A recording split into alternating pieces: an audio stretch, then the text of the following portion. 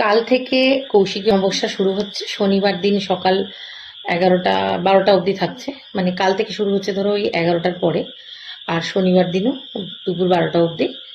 তো টাইমটা আমি স্ক্রিনে দিয়ে দিচ্ছি। বাট ভিডিওটা কেন করছি, কয়েকটা জিনিস মানে বলবো। কৌশিকী অমাবস্যা কেন, আমরা কৌশিকী অমাবস্যা কেন পালন করব, কিভাবে পালন করব, কি করব না, কি বেশি বেশি করে করলে আমাদের জন্য ভালো, কোন টোটকাটা করলে আমরা ভালো থাকবো, আমি সব বলে দেবো। তোমরা একটা একটা করে শুনে নাও। প্রথম হচ্ছে, কালকে কৌশিকী অমাবস্যা যখন শুরু হচ্ছে, কাল রাতই হচ্ছে নিশি পালন, মানে শুক্রবার রাতটাই হচ্ছে নিশি পালন। তো কৌশিকী অমাবস্যা আমরা কেন পালন করি? তোমরা অনেকেই শুনেছো শুম্ভ নিশুম্ভ রাক্ষসের নাম। ব্রহ্মার বর পেয়ে তারা যখন প্রচণ্ড পরিমাণে ত্রিলোকে অত্যাচার শুরু করেছিল, তখন সমস্ত দেবতারা অ্যাজ ইউজুয়াল শিব ঠাকুর, বিষ্ণু, পার্বতী এদের কাছে গিয়ে হেল্প চায়। তো যখন মাতা পার্বতীর কাছে গিয়ে হেল্প চেয়েছিল সবাই মিলে, তখন মাতা পার্বতী নিজের কোষ থেকে যে ভয়ানক ভীষণা দেবীর আবির্ভাব ঘটান, উনি হচ্ছেন দেবী কৌশিকী। তো সেই দেবী কৌশিকী শুম্ভ নিশুম্ভের বধ করেছিলেন ওনার ভীষণ রূপ। কিন্তু অ্যাকচুয়ালি এর মোরাল অফ দ্য স্টোরিটা কি, যে মোরাল অফ দ্য স্টোরিটা হলো যে, মানে যেটা মা দুর্গার ক্ষেত্রে, সমস্ত দেবদেবীর ক্ষেত্রে, যে অশুভের উপরে শুভের জয়, শুভ শক্তির জয় অশুভ শক্তিকে দমন করে। তো কালকে এরকম একটা দিন। এর আরেকটা মাহাত্ম্য আছে, সেটা হলো দেবী কৌশিকীকে কিন্তু নারায়ণের মানে সহধর্মিণী লক্ষ্মী রূপেও পুজো করা হয়। তো সেই কারণে তোমরা কালকে যারা 11টার পর, দুপুর 11টা মানে সকাল 11টার পর, কালকে কিন্তু অবশ্যই একটু লক্ষ্মী পুজো অবশ্যই করো। অবশ্যই এমনিও কালকে শুক্রবার, লক্ষ্মী পুজোর জন্য ভীষণই ভালো দিন। কালকে অবশ্যই লক্ষ্মী পুজো করো। আরেকটা মাহাত্ম্য হচ্ছে, এই কৌশিকী অমাবস্যার দিন রাত্রিবেলা সাধক মামা খ্যাপা সিদ্ধি লাভ করেছিলেন। উনি মা তারাকে ওই দিন প্রত্যক্ষ করেছিলেন, দেখেছিলেন, ওনার আশীর্বাদ পেয়েছিলেন। সে কারণে তারাপীঠে তো একটা মারাত্মক জমজমাট একটা মানে যজ্ঞ চলে, মানে একটা কর্মকাণ্ড চলে। যারা কৌশিকী অমাবস্যায় তারাপীঠে গেছো বা যাও বা ভবিষ্যতে যাবে, তোমরা দেখতেই পাবে একটা হিউজ ফেস্টিভ্যালের মতো চলে।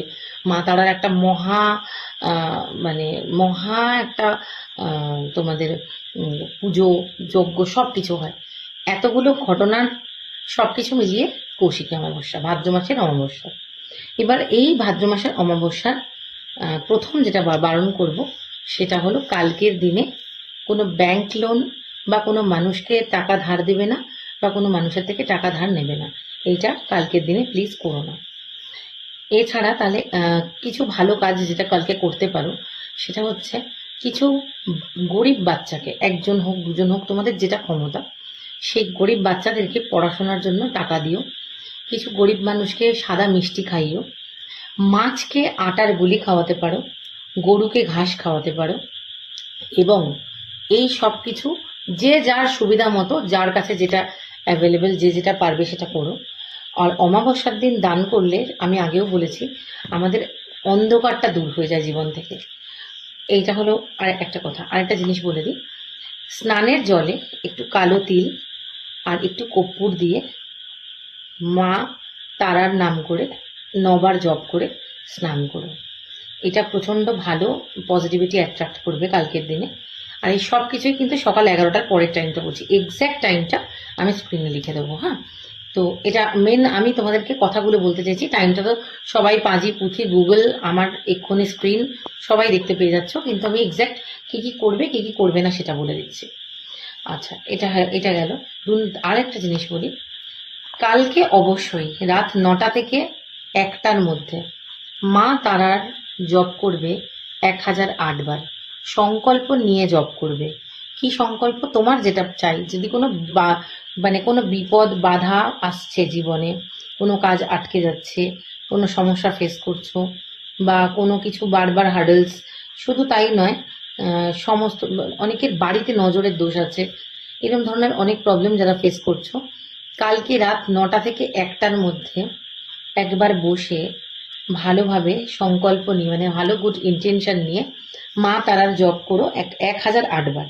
এটা করলে আমি তোমাদেরকে বলছি, কালকে একটা এত স্ট্রং এবং জাগ্রত দিন, তোমরা এর ভালো ফল পাবেই পাবে। আর এবার বলি আরেকটা জিনিস, টোটকা। কালকে অমাবস্যার তিথিতে টোটকা। আজকে রাতে, খুব টাইম আর বেশি নেই, কালকে সকালে একটা আলতাতে একটু পোলতে ভিজিয়ে ওটাকে একটু শুকাতে দিয়ে দিও।